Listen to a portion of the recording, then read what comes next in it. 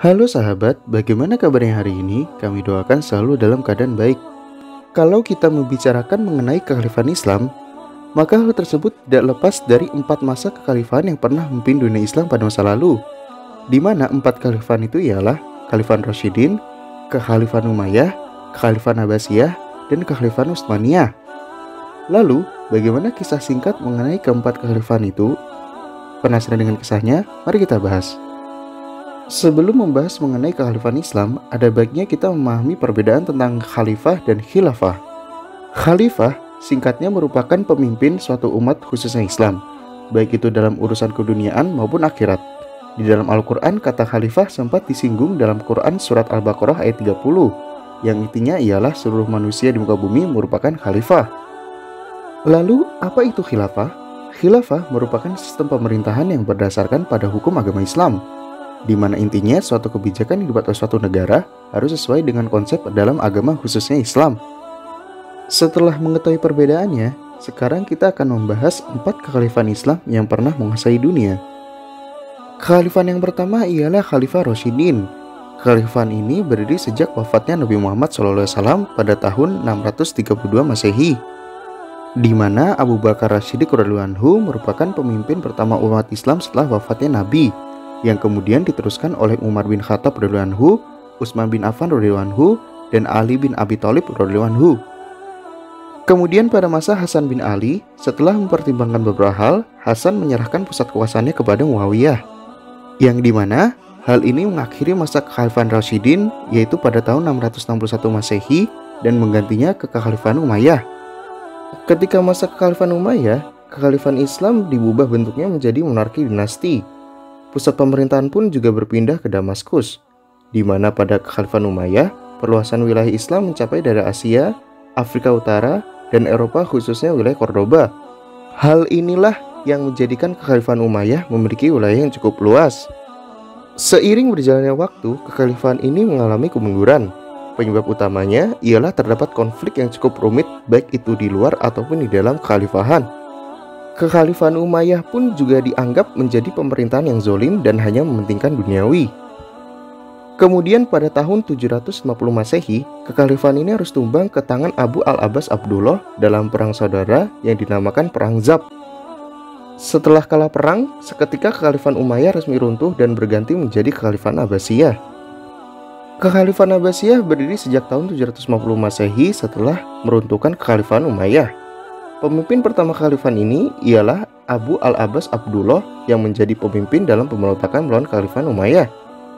Kemudian pada 762 Masehi, kekhalifahan Abbasiyah memindahkan ibu kota yang tadinya di Damaskus ke Baghdad setelah mempertimbangkan lokasi Baghdad yang lebih strategis dibanding Damaskus. Perlu diketahui, kekhalifahan ini dibagi menjadi 2 periode, di mana periode pertama terjadi pada tahun 750 sampai 1258 Masehi, yang berakhir setelah penaklukan bangsa Mongol ke Baghdad. Lalu, periode kedua ialah tahun 1261 sampai 1517 Masehi, yang berakhir setelah Kesultanan Utsmaniyah berhasil menaklukkan Mamluk di Mesir.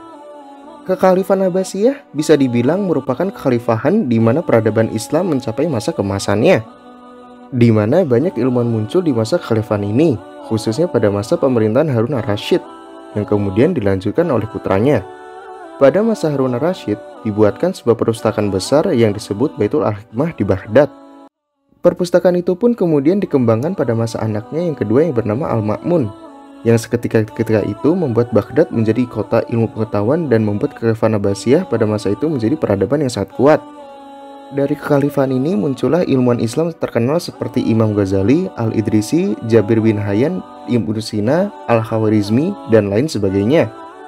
Kemudian seiring berjalannya waktu, kekhalifahan Abbasiyah mengalami banyak kemunduran terutama di bidang ekonomi. Hal ini disebabkan banyak wilayah-wilayah yang tadinya berada di kekuasaan Abbasiyah memutuskan untuk berpisah dan membentuk kekhalifahannya sendiri seperti Kekhalifahan Fatimiyah dan Cordoba, yang dimana kemudian mereka memutuskan untuk menjadi pesaing dari kekhalifahan Abbasiyah. Hal ini otomatis membuat pendapatan kekhalifahan Abbasiyah berkurang drastis. Selain pendapatan berkurang, pengeluaran pun semakin bertambah khususnya ketika perang salib sedang berkecamuk. Di sisi lain, Gaya hidup petinggi kekhalifahan ini bisa dibilang cukup tinggi yang membuat kas negara semakin terkuras.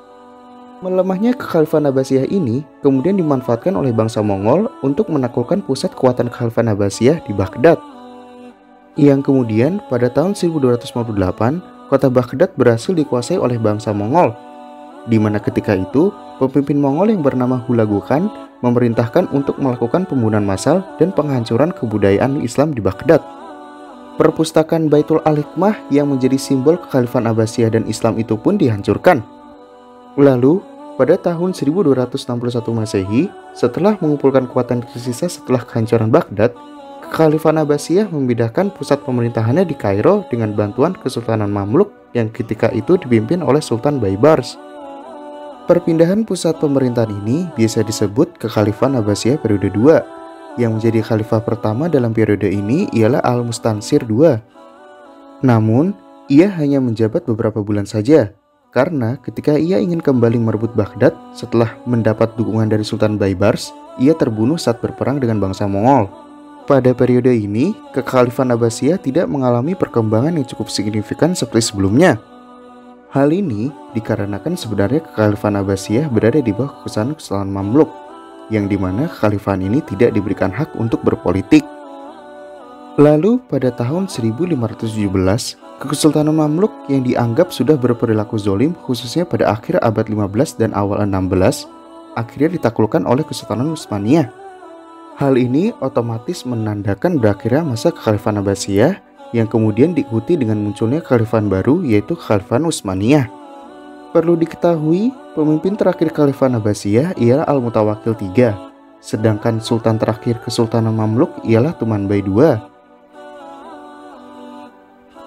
Kekhalifahan Utsmaniyah didirikan pada tahun 1517 dan berakhir pada tahun 1924.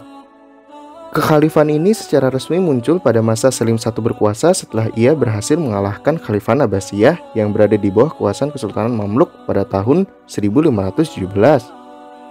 Perlu diketahui, Kekhalifahan Abbasiyah yang sudah sangat lemah ketika itu justru terlihat seperti boneka dari Kesultanan Mamluk. Jika berhasil mengalahkan Kesultanan Mamluk, maka otomatis Kekhalifahan Abbasiyah juga akan dikalahkan. Kekhalifahan Utsmaniyah mencapai masa keemasannya pada masa kepemimpinan Sulaiman I. Ia pun sampai diberi julukan Al-Kanuni karena kepiawaiannya dalam menyusun perundangan di wilayahnya yang cukup luas. Oleh wilayah barat, Sulaiman I pun diberi julukan The Magnificent. Pada masa kepemimpinannya, wilayah Kekhalifahan Utsmaniyah mencapai sebagian daerah Balkan seperti Hungaria, Serbia, Romania, kecuali Vienna yang sepenuhnya tidak dikuasai. Kemudian wilayah seperti Mesir, Yaman, dan Irak pun juga berhasil dikuasai. Di samping itu, kebudayaan, ilmu pengetahuan, sistem pemerintahan, dan perdagangan pun juga cukup berkembang dengan pesat pada masanya. Lalu, setelah kepemimpinan Sulaiman I, perlahan-lahan Kekhalifahan Utsmaniyah mengalami kemunduran.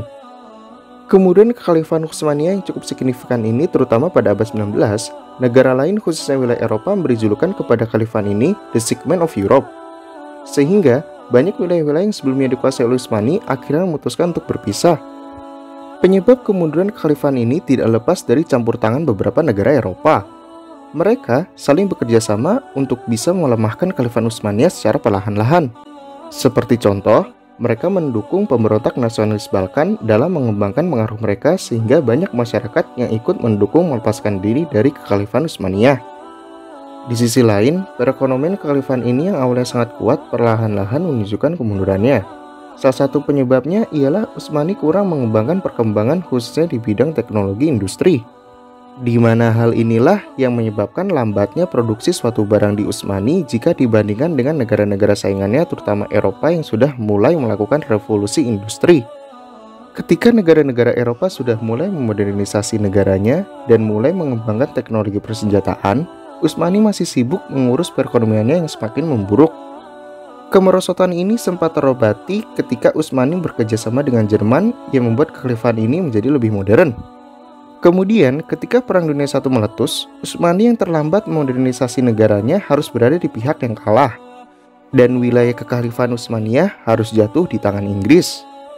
Kemudian, setelah revolusi atau biasa disebut Perang Kemerdekaan Turki yang terjadi pada tahun 1919 sampai 1923, pasca Perang Dunia Pertama, pada tahun 1924, negara yang berbentuk kekhalifahan ini berubah menjadi republik, tepatnya menjadi Republik Turki.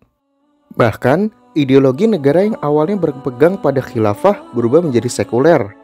Pemimpin pertama Republik Turki yang juga menjadi pemimpin revolusi Turki ketika itu bernama Mustafa Kemal. Sedangkan khalifah terakhir dari Khalifah Utsmaniyah ialah Sultan Mehmed VI, yang dimana kekhalifahan pimpinannya terlihat seperti bonekanya Inggris. Sekarang kita berada di info tambahan. Di masa kekhalifahan Islam, terdapat suatu ajaran atau pemahaman yang cukup terkenal karena aksinya yang sering memicu kontroversi. Ajaran atau pemahaman itu tidak lain bernama Syiah. Mungkin untuk membahas tentang Syiah secara lebih mendetail bisa dibuat episode tersendiri. Singkatnya, ajaran Syiah merupakan ajaran di mana mereka tidak mengakui semua pemimpin masa Khalifah Rasyidin kecuali Ali bin Abi Thalib radhiyallahu anhu. Pemahaman Syiah pertama kali dikemukakan oleh Abdullah bin Saba yang sebenarnya dia adalah seorang munafik keturunan Yahudi. Ajaran ini bisa dibilang cukup ekstrim karena ajaran inilah yang merancang pembunuhan terhadap Utsman bin Affan radhiyallahu anhu ketika menjadi khalifah ketiga masa Rasyidin. Oleh sebab itulah, Syiah merupakan ajaran yang diperangi terutama oleh orang-orang Sunni. Ajaran Syiah sempat mengalami masa jayanya pada masa dinasti Fatimiyah, terutama pada masa kepemimpinan Al-Aziz, yang kemudian dilanjutkan oleh Al-Hakim yang terkenal akan kegilaannya dalam membuat kebijakan. Ajaran Syiah juga memunculkan aksi terorisme yang dinamakan Hasasin atau Asasin, atau di masa sekarang biasa disebut pembunuh bayaran.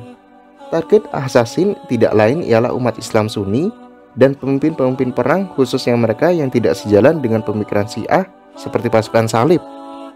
Sampai akhirnya kekuatan Syiah mengalami penurunan ketika pemimpin dinasti Fatimiyah terakhir yaitu Al-Adid wafat.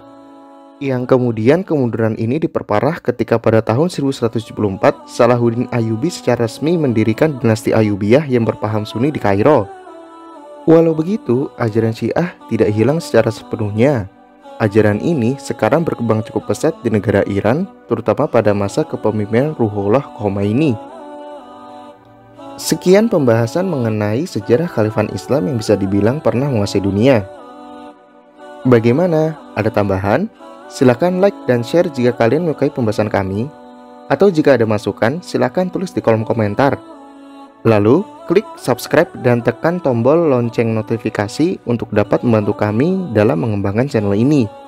Sampai jumpa di lain kesempatan.